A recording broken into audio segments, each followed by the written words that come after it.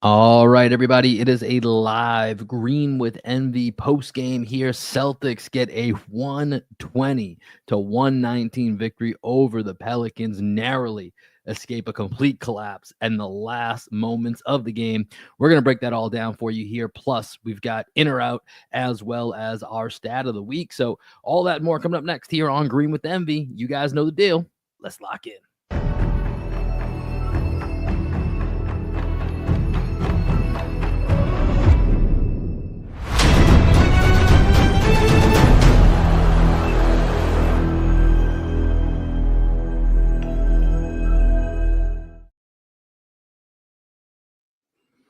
What up, what up, what up? Welcome into a Green with Envy post-game edition where, damn it, if the Celtics did not make you sweat that out, we will get into everything that happened in a very chaotic finish on a Sunday night with the Pelicans. Celtics escape with that 120-119 victory.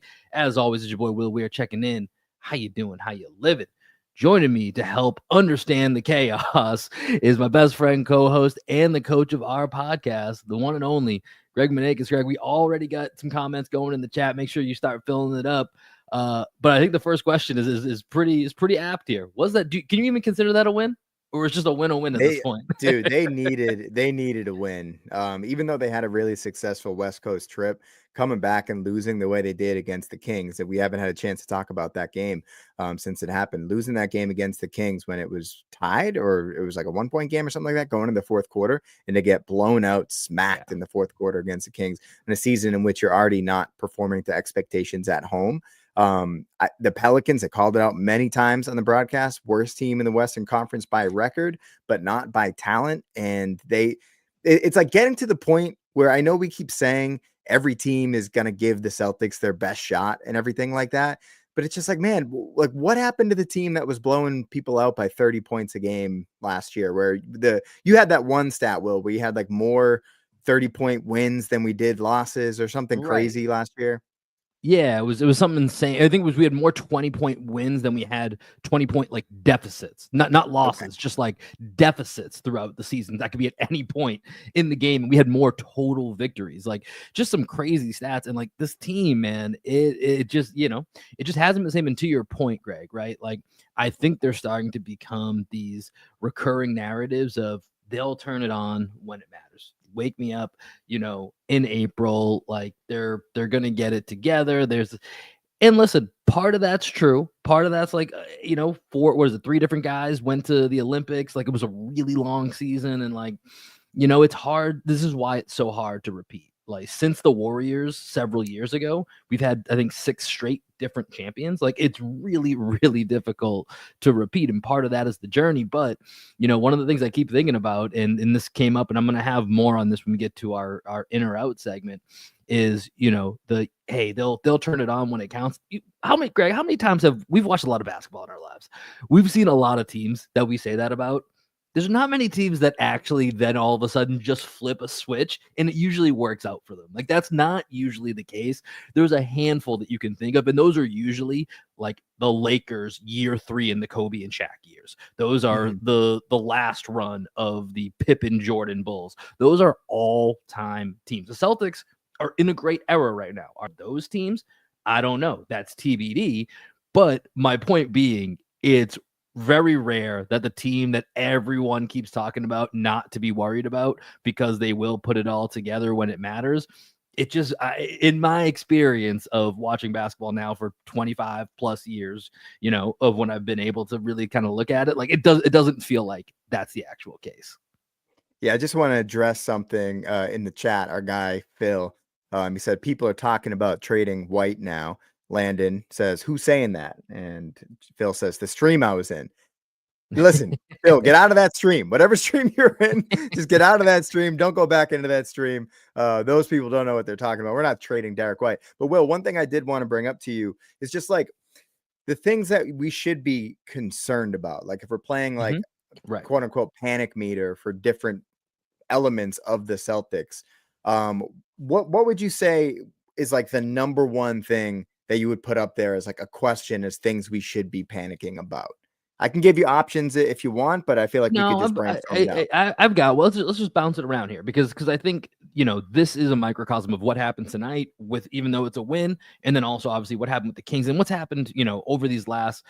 They were 8-7 coming into the game tonight. Now they're 9-7 in their last 16. Like it's pretty close to 500 basketball, and I think the biggest thing for me is this collective shooting slump, right? Because it looks and feels like, and even if you see, I had some of the stats pulled up here during the game because I was curious. And when you filter on NBA.com for are the Celtics getting open shots? So if you go to their 3-point marks and they're getting open shots, which means there's someone at least 4 to 6 feet away when they're taking those shots, they get 20.3 of them per game, but they're only shooting 36.3 on them for the season, which puts them, right around 10th, just below 10th in the league. And then you go to wide open, which is more than 6 feet away from you at the time of release. And the Celtics are getting 21 of those, but they're only shooting 38.5%, which is like in the middle of the league. So to me, they mentioned it at one point I forget what they were referencing, but they were saying Joe Mazzulla keeps saying, water is going to find its level. And, and these guys do all have track records of being great shooters, but this collective slump, like it's great the Celtics are trying to win the math battle. But tonight was another example of a night where they didn't shoot the ball well. They shot 29.5%. I think they shot 27% on all those threes. It's great you're taking all those threes. It's great that you should be winning the math battle. But when you're shooting below middle of the league, percentage-wise, like you're going to have a bunch of nights where that's not going to work out in your favor. And especially when you're, you're not D'ing up the way that they haven't been over this last stretch as well. So they were 13 for 44 from the field, from 3 tonight, 44 for 101 overall. I wonder how many games they've actually shot less threes than twos this year. So you can at least say the Celtics are not over relying on the 3 tonight in this game. 13 for 44. Can I add a caveat to that for tonight? Yeah. Of course. A lot of offensive rebounds in this one, including multiple that were kind of put back at the rim and missed. Yeah, so that would be my only caveat to you on that one for tonight specifically. And then also 19 for 23 from the free throw line, right? So they're getting to the paint and they're doing a good job, like especially Tatum. Tatum's doing such a good job getting to the paint. Brown has definitely seems like he's changing his shot diet considerably. Only 2 threes for him tonight. Right. And he's just miserable from downtown this year. He's just really struggling. So the fact that he's getting into the paint and living in the post is something that's really encouraging out of him. Then I just want to call out JB's 7 assists as well. I thought he did a really good job, especially in that third quarter, really getting the offense going. Or maybe it was the beginning of the fourth quarter. But coming back to the 3-point question. So 32 by my count, just looking at the shot chart on NBA.com, 32 out of 44 of those shots were above the break threes. So we got 12 corner threes. And that's the one thing that I'm concerned about with this team. I haven't done a deep dive into the stat. I had a stat of the week, and then we'll talk about that a little bit later. But next week, I'm going to do a deep dive into all the Celtics 3-point shots and where they're getting them and what their percentages are. If you already so I do have at least one stat for you. I tweeted this out the other day here, and this was after maybe the morning after the Sacramento loss, because you had pointed it out, and I had started to think about it, and I think it deserves more diving into. But last year the Celtics made made 4 corner threes per game at a 43% clip. This year, they're making 3.8 per game. So that feels kind of similar, but it's on about last year, it was on about 2 attempts less per game. So they're shooting 2 extra attempts this year. And actually, even though it's very close, 4 to 3.8, they're making less still than what they were last year. So I haven't done a full deep dive, but that was something I took a look at after you mentioned it, because that was something I hadn't really thought of that I think is interesting. And definitely I'm excited to see what you kind of dig in on this week and come back to report. Yeah. I'm excited to dig on it for sure. Okay. So we talked about the 3-point shot a little bit. We can always talk about health with this team, but I think that's just such an easy thing to talk about. Let's just bring up Derek White and Drew Holiday. Yeah, the best backcourt in the Eastern Conference, maybe in the league last year. Derek White's been really good this year. He's been struggling of late. He had 2 mental mistakes that you almost never see out of Derek White. That was, I don't know what was happening there. Here's my theory, because this is part of what I want to bring up. End of the game, right? We need a free throw there. Jason Tatum misses 2 free throws. There was a time when Jason Tatum never missed fourth quarter free throws, and now it There were seems like so he many needs things to. in this last couple minutes that I'm just starting to giggle to myself of like the turnovers, of the Derek White mistakes, the missing the free throws. I mean, he nearly missed the layup. Luckily, he got the rebound Right. for the and one. Just a whole bunch of craziness in this game. But But sorry, keep going. one thing I was just a little concerned about was Derek White had Jaylen Brown open 3 times on that. He could have given the ball to Jaylen Brown. He clearly did not want to pass Jaylen Brown the ball because of Jaylen's struggles at the free throw line. So I noticed Jaylen like looked at Derek like, why didn't you give me the ball? And it, as much as you want to blame the ref there, that probably was a 5-second violation. Like Derek White held on to the ball way too long to get that ball in.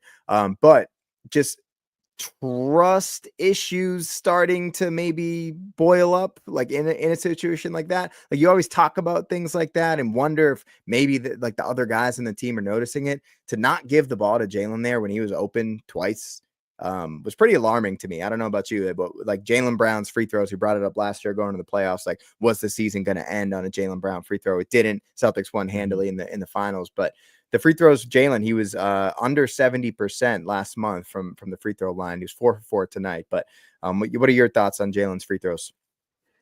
Yeah, I mean, I'm more just concentrating on the Derek White aspect of it. I mean, this obviously was not. This hasn't been a great weekend for our guy Derek White, and so more than it being a conscious thing that hey, I can't get this ball to Jaylen right now because there's 6 seconds left. He's gonna have to go to the line.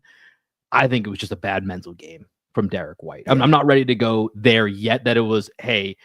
JB's the fourth, like, we can't have 5 options when one guy's inbound, and he's the 4th option on this. I can get this ball to anybody else but JB. Mm-hmm. And, maybe that is the case because you bring Peyton Pritchard in, you have guys that are better, 3 other much better free throw shooters out there than Jaylen Brown. So it might be, but I think it was just a real mental block of an ending for Derek White more than anything else. Greg, when you just look at this team, like in the struggles they've had over the last month or so or whatever that the 16 game sample sizes that we're really kind of digging in on here, anything else that sticks out to you that you're like, I got to keep an eye on this because this is actually developing into something? They mentioned on the broadcast, like you said, health is always going to be something, but when they've had their guys, they've been a negative net rating. Like the guys that killed the league last year, they've been at a negative net rating.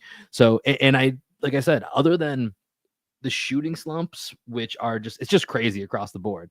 It really is that everyone except Peyton Pritchard is down shooting the ball. Every single person. Speaking of being down shooting the ball, I mean, he only played just under 9 minutes tonight. Might need to have a Sam Hauser conversation talking about confidence. I think Joe Mazzulla's confidence in Sam Hauser is, maybe he didn't play it all in the first quarter, changed up his rotations. I don't know. That might be a conversation that's at least starting to brew a bit. Yeah, and I think part of that is the back injury with him. He just hasn't been able to find a rhythm so far this year. I think Drew is probably the guy I'm most concerned about on the team, just in terms of his shooting.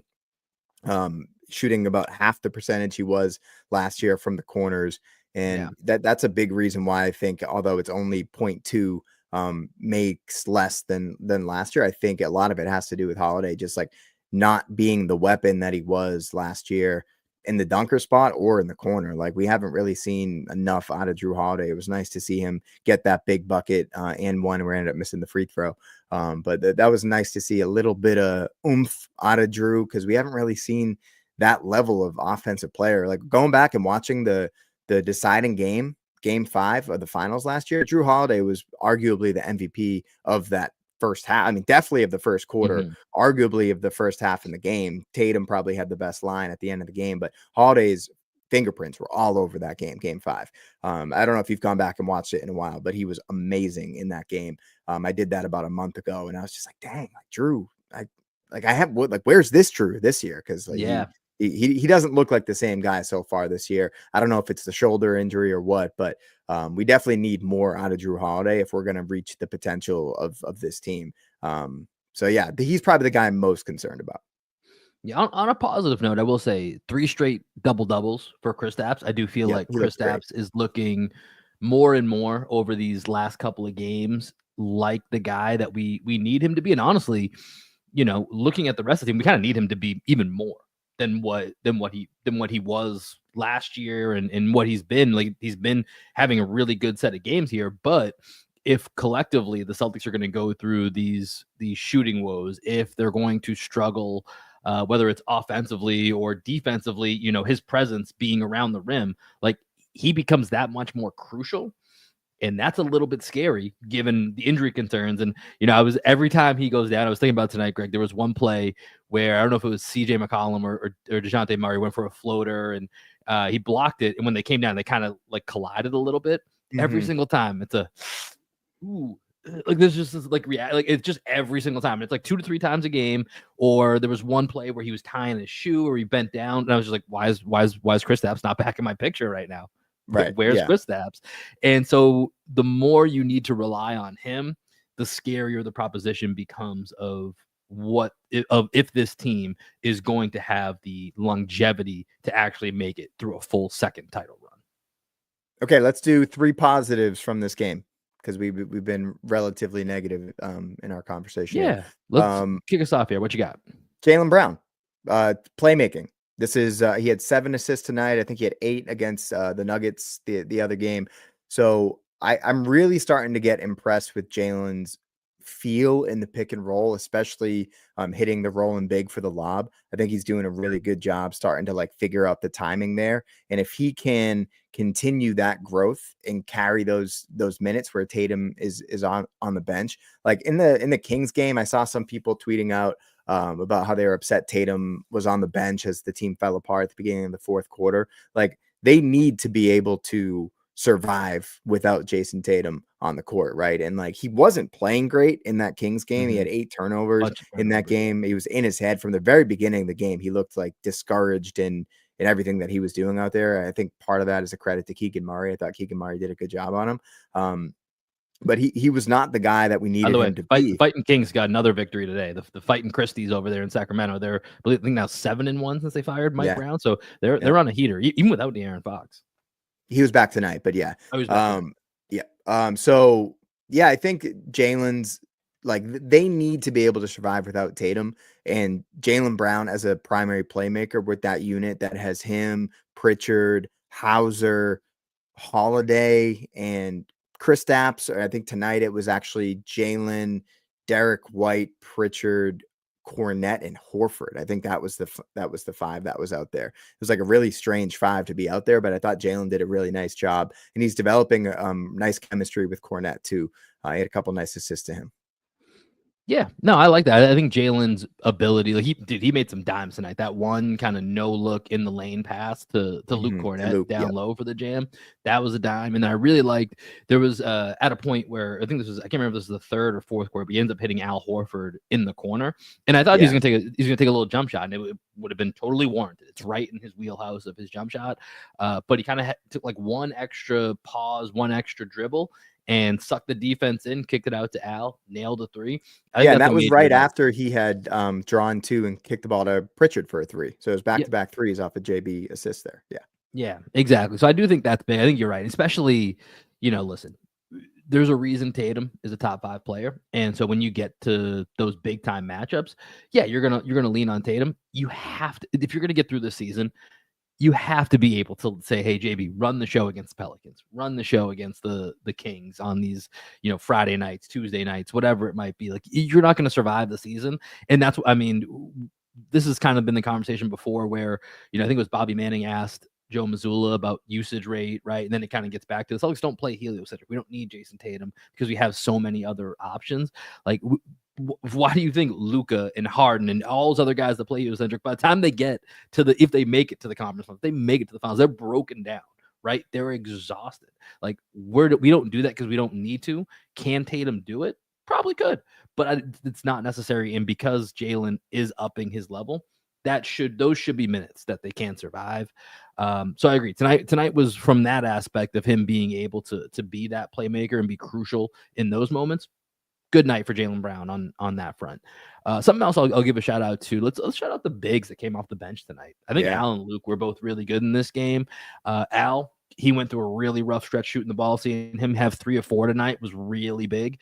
I think that was huge. Between the two of them, they each had 7 rebounds off the bench, combined for 19 points. I thought both of them were super solid in this game on just about all fronts. I think that's going to be big, especially if the bench is shrinking right now, right? If Sam Hauser is only going to be playing the bench 9 is minutes shrinking, but it's also growing in size because they're going too big a lot. It's very true, very true. And so Al and Luke are going to have outsized importance if now we're only looking at Pritchard is just basically being the guy you're rotating the guards through, and even really you're kind of just continuing to play too big and maybe only have one wing on the floor at a time, right? So that's going to put extra emphasis on what Al and Luke can do. And I think tonight was a big time example of them being able to contribute in a way off the bench that we haven't, with Luke, he's been pretty solid most of the season, minus like a kind of slow start to the season when it seemed like Keita was going to steal some of his minutes. And now I think it feels kind of like, all right, Luke's getting the call. And if we need to get more athletic, then we'll go to Keita. But otherwise it's Luke's call. Yeah, Luke's been playing too well. And then Al, he gets old. He's getting older. And so some nights you feel like Al has it. Some nights you feel like he doesn't. And tonight was just a really good Al night. And the nights that you get good Al nights, Celtics are really tough to beat, whether he's starting or if he's coming off the bench. And I think the more that we can kind of build that rotation chemistry with getting the true starting 5 and having Al come to the bench is going to be really important for this team. So once again, health is going to be super important. Getting these games where we have everybody out there and kind of build, because this is another thing I wanted to bring up here, and this is kind of going away from talking about just the 2 bigs, but Joe's been this is easily out of his 3 seasons the most experimental Joe's been on a pretty consistent basis. So just mixing it up. And, now that we know more of Joe Mazzulla, it feels like it's just like he kind of wants to get in trouble sometimes. Like he's almost playing with fire on purpose. But I'm curious, and this is just you theorizing, like how much of an impact do you think that has on these guys night to night, knowing that Mazzulla, even though he's playing mostly the same people, he is sometimes Tatum plays the full first quarter. Sometimes it's Jalen. Sometimes Sam Hauser is in the regular spot. Tonight, he didn't come in until the second quarter. Like, I don't know. Is that a good thing? Is that a bad thing? What are your thoughts on that? I don't know, man. I think it's everybody's nature is different, and that could affect guys. Like you heard in the past, like maybe it was Kevin Durant, or when he was playing with Westbrook, like one of them didn't like to come out early, so it was like tough staggering their minutes because they were like creatures of habit and like needed to come out at like this time in the quarter.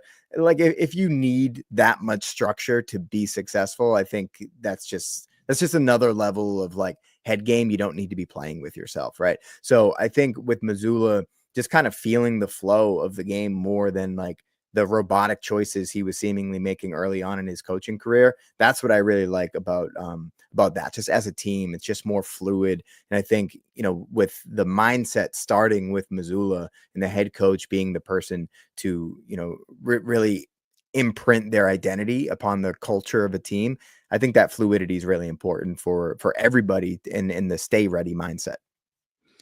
Here's another thing I want to throw at you, and this was kind of floating around both pregame and a little bit during the game. The Celtics, we've talked about it before. They're not really going to have too much ammo to really make any significant moves. If anything, they're probably going to look to shed a little bit of salary and try to save some money. But a name that has flown around that we did see tonight was Javonte Green. Old friend Javonte Green, one of Jason Tatum's good friends. He had a really good night tonight. He's 10 points. He hit 2 of 4 from 3. Not that I necessarily would expect that most nights. But just some quick thoughts on what you saw from Javonte, and if that were in the cards or an option available on the table, do you think that does anything for this team? No. Other than like keep Jason Tatum happy, no. Like he's a good defender. He hit a couple corner threes tonight, but he's not a good 3-point shooter. He's a really good defender. But I just, with Mazzulla's penchant for only playing guys that can shoot the 3, I just don't see him making an impact. If you could make the argument that he'd be in the same spot as O'Shea Brissett last year, and we just spent the whole year asking why O'Shea Brissett didn't play, so I don't think Javonte Green's going to make much of an impact if he ends up on the team. But it depends, if it's him or Jaden Springer, I'd rather have Javonte Green. Right, like if it's just a straight up, like, hey, we're just trading these guys, like, sure. Why not? Shout out to Tillman, who turned 26 somehow today, but isn't that crazy, man? I would imagine Tillman's getting moved. Yeah, I mean, he's got 2 years on that deal, and it's pretty cheap. Either he's getting moved or honestly, because we don't know what's gonna happen, like, I mean, he doesn't seem like he fits with this team, right? The way that they wanna play, and that's to your point. If you can't shoot, you're just not gonna see the court, right? Unless you're one of those bigs like Luke Cornett. You gotta be super high IQ, or you gotta be a Kada that gives you a certain athletic burst. Like, you're not if you're a wing or a guard and you can't shoot, you will not see the court. That's Mhm. basically the law of Joe Mazzulla when it comes to his rotation. So I'm with you. I don't see Javonte Green being a guy the Celtics are willing to go make a move for. I don't really see many guys out there. I mean, there's just not a lot of contracts that are going to fit that. Yeah. Last thing before we leave this game, do you not want to? I was waiting for this. You're going to shout out your boy Trey Murphy. That's your guy here. He was awesome in this game tonight. Yeah, I was waiting for you to bring it up. Yeah, I love Trey Murphy, What a man. He's what a one of my smart favorite. move. I'm not gonna bring it up. I know Will's gonna ask me at some point, so I'm just gonna sit back. I don't want to talk Yeah, about I mean, he was unbelievable, man. I think he's one of the most underrated players in the NBA. The way I felt about him a couple of years ago is the way that I felt about Jalen Johnson coming into last year. He's just like one of those guys that I think is because he's in a small market and not many people see him play, they just don't know how good he is. And when he turned into the level of shooter that he clearly is, where he's, I would say, a top 5 shooter, like game on the line. If he's spacing the court, I know I'm either getting a money shot, it's going to be online, or he's creating enough space for my superstar to do their thing, right? And you saw tonight, he probably even has a little bit more of that primary option in him than I think even I have kind of given him credit for in the past. I see him as like a tertiary piece. I don't see him as the main guy on a team. So I've been super impressed with him. He's athletic as hell. I think he's going to be on Team USA in 2028, and any team's going to be lucky to have him. I think he's a long-term Pelican, though. Yeah, he feels like one of the few guys that's like kind of off limits for the Pelicans this trade season. And then last thoughts on Zion. We got to see Zion, which by the way, I'll be honest, I completely forgot that he had played like 6 games earlier this year. I thought the game he played like a few days ago before he got suspended for being Yeah. late to the team flight. That's a bad sign that apparently that's been a recurring issue of him being late. Like that's a plus, like, him coming in and out of shape and Embiid style. Like that's a really bad sign if you're a team that's like, maybe I'll push some chips and I got nothing else here for Zion. I don't like that sign. But what were your thoughts on Zion, who tried his best to jam home a couple times tonight? Well, I thought he was going to have a putback dunk to win the game. When McCollum threw up that floater, I was just like, my eyes immediately went Which, to by Zion. the way, I don't know how we haven't talked about that. The McCollum shot, I thought 1,000% was going in. Oh, dude. 100%. I mean, that's a shot McCollum makes probably 80% of the time, 70% I of don't the time. even Like, want to that's a very relive that easy, last makeable possession. shot for CJ McCollum. Yeah. But I mean, Zion, like, he's amazing. He's amazing, but he's very limited.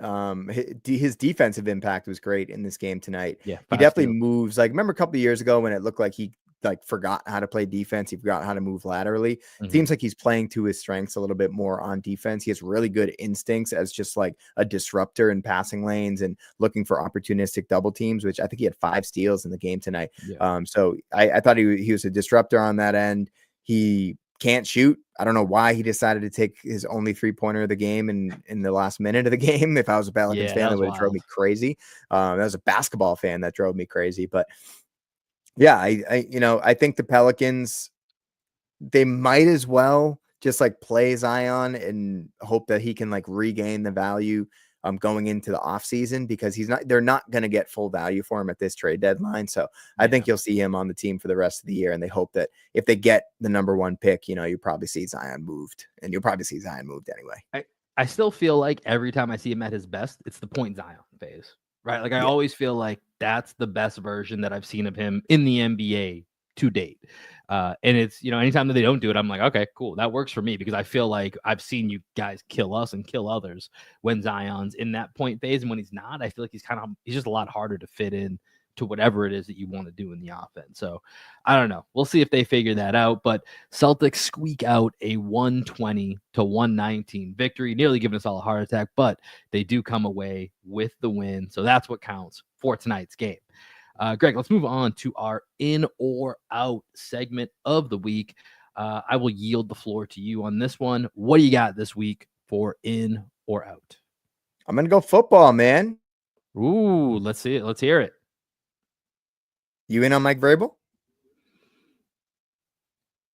Yeah, why the fuck not? Like, I don't like, you know what I mean? He was pretty good in Tennessee, right? He probably shouldn't have got fired in Tennessee. I'm not as locked into as if I can even remember like why he got fired in Tennessee. Like it just from what I've seen, there's just been a lot of bad. I think they just fired their general manager because he's had a pretty bad string of decisions over the last couple of years. So Mike Vrabel, I mean, here's the thing. The funniest part about bringing Mike Vrabel back for me is seeing everybody who's like, let's go. We're bringing back a guy that's like a champion. It's like, we literally had a linebacker that fit every description that you guys are saying a week ago that you all hated, you all despised. So I'm like, it's like people forgot Jerron Mayo was like the captain of the defense for years. He was awesome, dude. He was so good. Yeah, like I don't know. Like, I mean, here's the thing. The roster's so bad. Mayo shot himself in the foot with just constantly contradicting himself in press conferences and seeming just unprepared with telling media one thing, and then when the media goes to ask his players about things he told the media, they're completely caught off guard. Like it just seemed like a very disorganized operation because I didn't like other Mayo just because the record is the record. The roster sucks. Like there's that roster so bad outside of basically Drake May, Stevenson's pretty good, Christian Gonzalez on defense. Other than that, Barrymore, like there's like four to six guys that you're like, okay, these are legit guys that you can kind of build around and they can be here in, maybe 2 to 3 years when the Patriots are winning. So other than that, I couldn't blame Mayo, but he just did himself so many disservices week after week after week that like, it was like, we kind of got to make a move at this point because nothing's getting better in any aspect around this team on the field or even in the way you just handle yourself and learn from that. So it felt like the move to make. And then with Vrabel coming back, I mean, he's a guy that everyone seems is going to be was the hot head coach that was available as far as like being out there. He even told Tom Brady, like, hey man, I'm good with going to Vegas. Like I'm going I'm going to New England, So I'm excited because it seems like he's energizing a fan base that was really down for this year. So I'm in on that. They got to make the roster better for any of it to matter. Cause like, I don't think if he coached this team, they were winning 7 games versus what they finished with 4 wins. I think they weren't going to win 7 games with Vrabel. Like that wasn't going to make the difference. So until they fix the roster, it's a 7 out of 10 for excitement for me. Hell of a response, man. Hell of a response. I'm glad you had that many words on. I thought you were going to give me like a very short answer. That was well thought out. Thank you. Yeah. I mean, ditto. What do you got? All right. Well, I was gonna take a sip of water here, but I will pause on that. So here's what I got. And I don't know if it's gonna be a mini rant or not, but we almost ended up in this same place tonight after the Celtics narrow win, which almost was a defeat if CJ McCollum's bank shot goes in. And after a Celtics loss, I'm just out on all the discourse. And when I say all the discourse, I mean it on both sides. We know about the toxic parts of social media discourse after the Celtics lose, and it's what was our guy Phil talking about? People are talking about trading Derek White. Like, what are we doing, people? What are we doing? Like, that's just ridiculous. I saw one response after the game Friday night, which had me dying laughing. I should have screenshot. I can't remember who it was, but it was like we should have kept Jason Tatum's soft ass in St. Louis. It was like, dude, we just won a championship. Like, come on, man. It's a loss to the Kings, and it's a bad bought us loss. What, Will? It bought us 3 months. Yeah, bought us 3 months. But here's the point. Here's what I'm going to get to, because it was a bad loss the other night, right? And so I do think as fans, you should have the right to go ahead and vent and say this sucks, because it did suck. Couple days off, home game. The home record sucks this year. Playing the Kings, who just fired their coach a couple days, a week or two before that, playing without their best player. You're healthy. No excuse about we don't have everybody. Had everybody. Like, that's a bad loss. That's fine. You want to vent, that's fine, and people should. Even the other part, the other side of Celtics discourse on social media that I'm out on is everyone who then calls out all the overreactors and has to respond to everything and tell everybody to settle down. I'm out on all of you. I'm out on every single person. I think all this means I need to get off social media after a game, but I'm out on all the overreactors that are the overreacting overreactors, and I'm out on the overreacting police. Like, shut the fuck up. Like that, especially after a game like Friday night, if they're not saying something insane, they should bitch. They should not need to just sit there and go, they'll turn it on in April. Like, that was a bad loss. You can vent after a bad loss. Don't police everybody every night. It's annoying on both sides. That's where I'm at, Greg. Out on all of it. This is like very Abed in Community, super meta. You are overreacting to the overreactors, overreacting to the overreaction. Like, it's just so many levels. I don't even know. It's galaxy brain here. Normally that's me. Yeah, man. I mean, I think that Celtics fans just in general should just enjoy the fact that we just won a championship a little bit more, and just like, you can be frustrated with the team going through lulls of an 82 game season. I think it's more like the fact that it's an 82 game season. It's just so goddamn long. Yeah. You know, that like, if you're going to ride the emotional roller coaster of the ups and downs of the Celtics winning or losing after just winning banner 18, like, you know, that might be a personal problem. You know what I mean? Like, just try and find a little bit more joy in the fact that we just got the championship, because that doesn't happen very often. Like, we hadn't seen a championship since 2008, you know? So that's 15 years. We might not see another. Like, my son might be like about to graduate from high school the next time that we win a championship. And that's just like a reality I have to come with. So I'm somebody that just really appreciates the championships when they happen, because I've only seen 2 out of the Celtics in my 35 years of existence on planet Earth. Well, that's it. Just 2. Yeah. Right. So like, I'm pretty kind of crazy when you think about it. Right. I mean, and then also us saying that's crazy to think about. There's fan bases out there like, oh, that's crazy to think about. Really? Is it, dickhead? My franchise has never been to one. My city hasn't won a championship in 100 years. Yeah. Yeah. It's tough, man. It's tough. But I mean, that's just the nature. I mean, you can't hate the passion of your sports teams. But I mean, in general, I'm almost completely off of, like, I deleted my Mini Minnow Twitter account. So if you've tweeted at me in the past month, I haven't seen it. I haven't seen, which I didn't know. So that's good coordination on our end. Yeah. I mean, I only tweet from the Green with Envy account, and that's occasionally, and it's never during a game, just because I did that last year. I didn't feel like it like helped us grow at all as like a brand or anything like that, you know. So for me, I will tweet when I tweet. I'll blue sky when I blue sky. By the way, have they decided what that's called? Is it just a post on Blue Sky? I guess so. I honestly, I haven't checked our Blue Sky in a minute, because I go on Blue Sky a decent amount. Okay, let's maybe conquer and divide. I'll handle Twitter going forward, now that you just don't do Twitter. You take. Listen, man, TikTok's a full-time job, bro. TikTok is a full-time job. Only for 7 more days, bro. It's going away January 19th. You need to look at the post. So let me just pull these up really quickly. Everybody, this is peak internet, peak YouTube content right here. Greg, you've seen the supposedly TikTok's going away in a week, right? Yeah. But everyone's so you're gonna have some free time. This is my point. Your job responsibilities are lessening. Okay, so we now have, Will, we are only following 5 people on TikTok. Okay. We have 452 followers. We have one video, the Joe Mazzulla funniest quotes, that is now at 230,000 views. And then another Joe Mazzulla video that's at 79,000 views. And then Mark's little video essay that we did last year for the finals is at 21,000. That's more engagement than we get anywhere else. So, you know, maybe we invest everything in TikTok whenever we hire our intern. Well, we better do it quickly. Once again, it's going away in a week, so I don't know what we're gonna do there. So we'll figure it out. But let's go on. Let's go on to our stat of the week here, and then we'll wrap this up here. What do you got for stat of the week? Okay, well, my stat of the week, I guess it's still relevant, even though the Cavs lost tonight. If you haven't seen that, Cavs lose to the Pacers. Lost to the Pacers. Yeah, I think Pacers have won. Pacers have won 6 in a row. So it's about winning streaks. So multiple 15 plus game winning streaks in the same season, because the Cavs were getting close to there. I think they ended up at 12. 12. Yeah. So the 46-47 Washington Capitals had a 15 game and a 17 game in the same season. The Utah Jazz in 96-97 had 2 15 games in the same season. Phoenix Suns in 06-07 had a 15 and a 17. The Bucks in 70-71 had a 16 and a 20.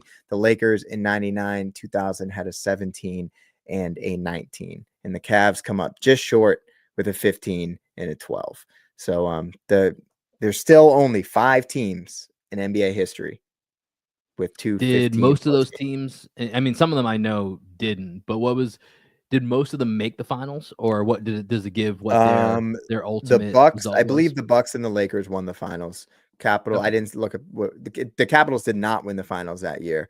The Jazz obviously didn't win, did and the not. Yeah, Suns didn't win. Yeah. didn't win. Yeah, interesting. Yeah, I mean, dude, the Cavs are legit, man. The Cavs are legit, man. It's gonna be interesting to see how this all plays out here, and you are seeing across the Eastern Conference, like some teams start to get in shape. I mean, hey, don't look now, but the Eastern Conference has 7 teams that are at least 3 games above 500. That's not bad. No. That's not bad. That's not bad. And the Magic just got Paolo back. We're going to see the Magic at the end of this week. We'll see them on Friday night. That will be a fun game here. Magic won But tonight, beat the Embiid-less Sixers. Yep, and then the Knicks beat the shit out of the Bucks today. I watched a little bit of that game. Brunson, just literally nobody on the Bucks could stop Jalen Brunson. They get 44 points in that one. But the Eastern Conference on the upswing, so that's gonna be an interesting one to keep out for. But yeah, Cavs right now 33-5. Man, they've been crazy impressive. I'm interested to watch those highlights of what happened in that Pacers game. Maybe it's just the Pacers. That's in Cleveland? Yeah, it was in Cleveland.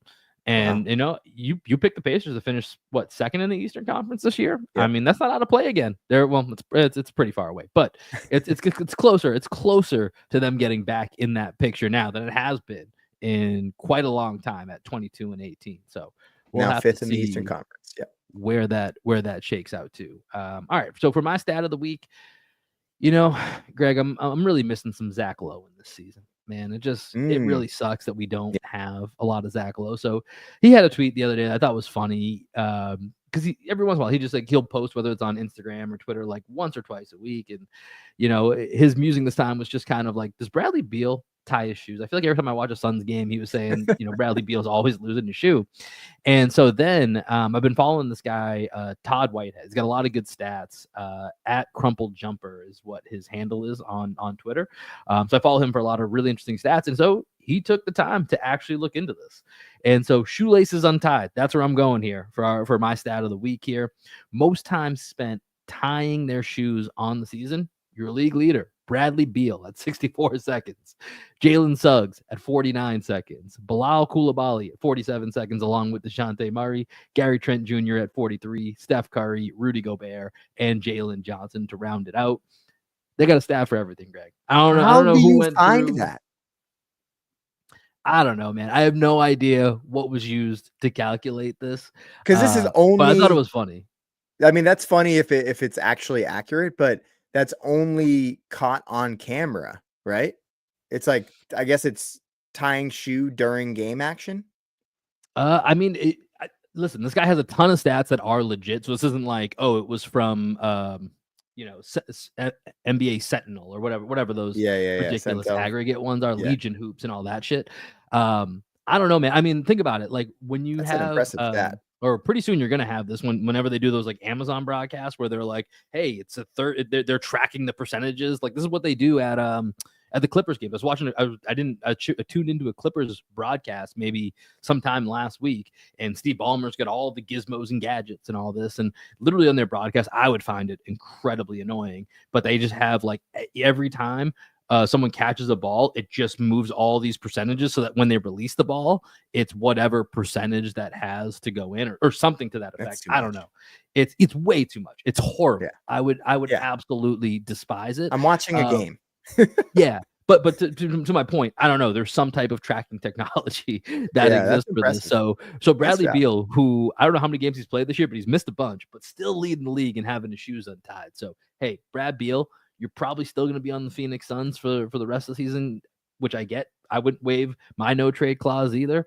But congratulations to you, man, leading the league, untied shoes.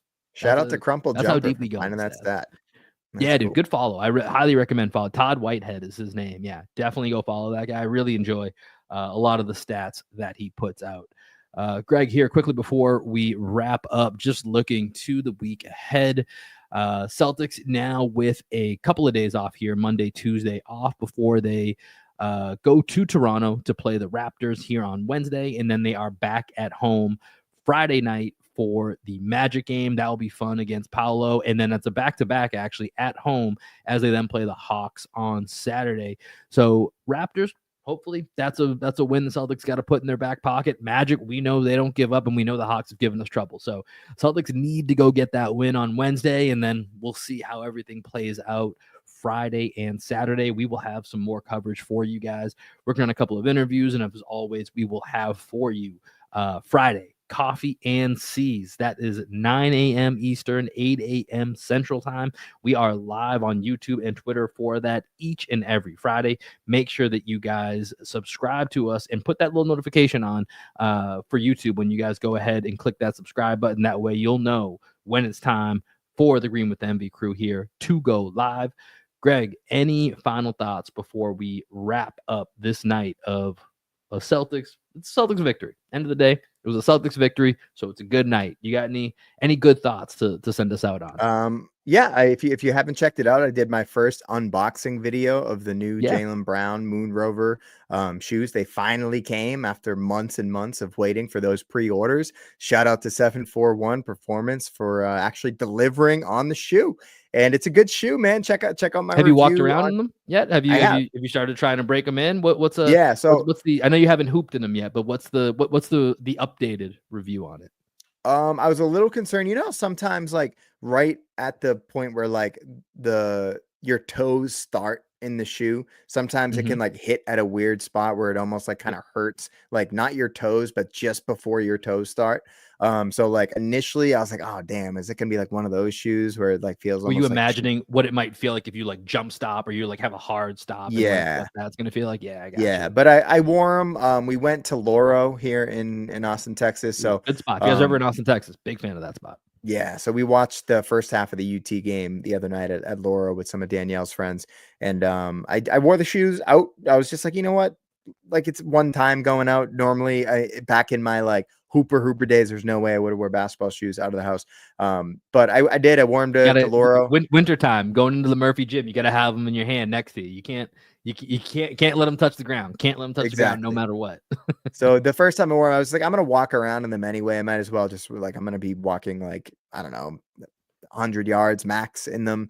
So they're good. They're comfortable. I like them. I'm excited to hoop in them. They're a little bit lower than the JT's ankle support, but I like them. I think I'm going to like hooping in them.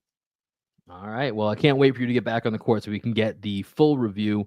But that's going to do it for this episode of Green with Envy. As always, appreciate you guys for locking in with us.